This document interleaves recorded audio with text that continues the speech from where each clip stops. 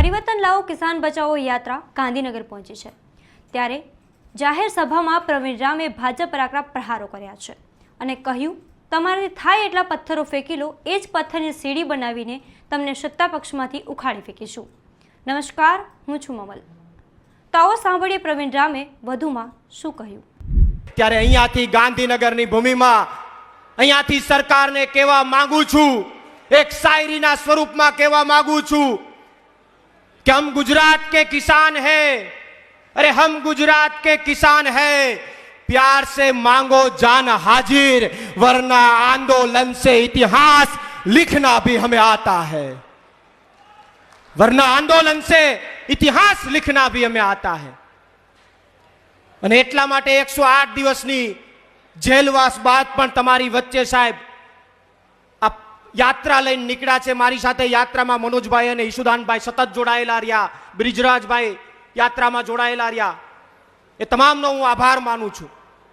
એક વાત મારે તમારી સમક્ષ એ કરવી છે કે આપણા બધાના નેતા માનનીય અરવિંદજી ઉપર જે ખોટા કેસો કરવામાં આવ્યા, ખોટી રીતે જેલમાં નાખવામાં આવ્યા, લિકર પોલિસીની અંદર 6 મહિના સુધી મુખ્યમંત્રીને જેલમાં જવું પડે, એની અંદર પણ હમણાં તાજેતરની અંદર કોર્ટે આદેશ આપ્યો છે અને એમને નિર્દોષ જાહેર કર્યા છે.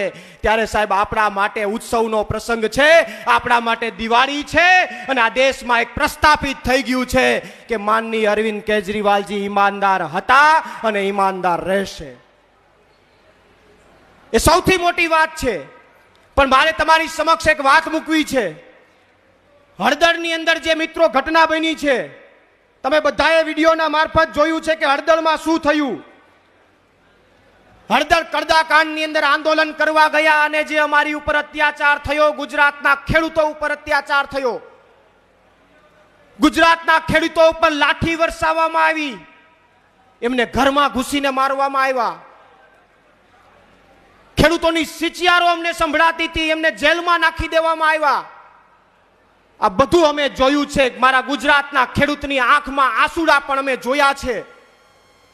ત્યારે હું આપને કહેવા માંગુ કે આ કામ જે બીજેપીની સરકારે કર્યું છે, હળદરની અંદર ખેડૂતોને હેરાન કરવાનું કામ કર્યું છે, ખેડૂતો ઉપર લાઠીચાર્જ કરવાનું જે કામ કર્યું છે, ત્યારે એક શાયરીના સ્વરૂપમાં મારે તમારી સમક્ષ એક વાત રજૂ કરવી છે.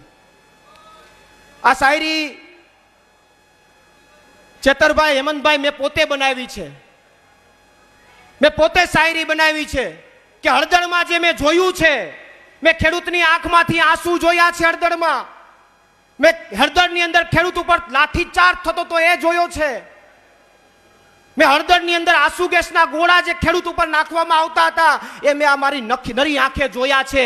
ત્યારે એક રચના બનાવવાની મને ઈચ્છા થઈ અને મેં એક રચના બનાવી છે કે खेतों का पानी जब मेरे किसान की आंख में आता है, खेतों का पानी जब मेरे किसान की आंख में आता है, तब जब खेतों का पानी मेरे किसान की आंख में आता है, तब समझ लेना कि सरकार के जाने का समय आ जाता है. तब समझ लेना कि सरकार के जाने का समय आ जाता है.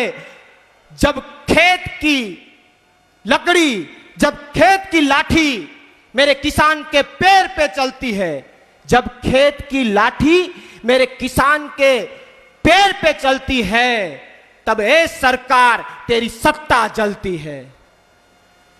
तीसरी बात कि जब सरहद पे चलने वाले गोले मेरे किसान पे चलते हैं, जब सरहद पे चलने वाले गोले मेरे किसान पे चलते हैं, तब गुजरात के किसान आम आदमी पार्टी की ओर ढलते हैं. तब गुजरात के किसान आम आदमी पार्टी की ओर ढलते हैं.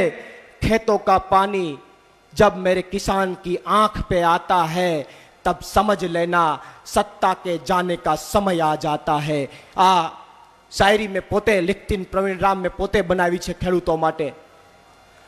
અને મહત્વની વાત એ છે, વાત એ તમને કહેવા માંગુ છું કે અત્યાચાર કર્યો, અમને જેલમાં નાખી દીધા, લાઠીઓ વરસાવી, અમને હેરાન કર્યા, યાતના આપી, પીડા આપી, એ પછી પણ જેલમાં બહાર આવીને અમે ઢીલા નથી પડ્યા. જેલમાં બહાર આવીને ખેડૂતો માટે, મારા ગુજરાતના ખેડૂતો માટે યાત્રા લઈને નીકળી ગયા છે અને યાત્રાનું સમાપન આજે ગાંધીનગરની ધરતીમાં છે. આ સમગ્ર મામલે આપ શું વિચારો છો? કોમેન્ટ કરીને અમને જરૂરથી જણાવજો. ત્યારે માટે બસ આટલું જ. ધન્યવાદ.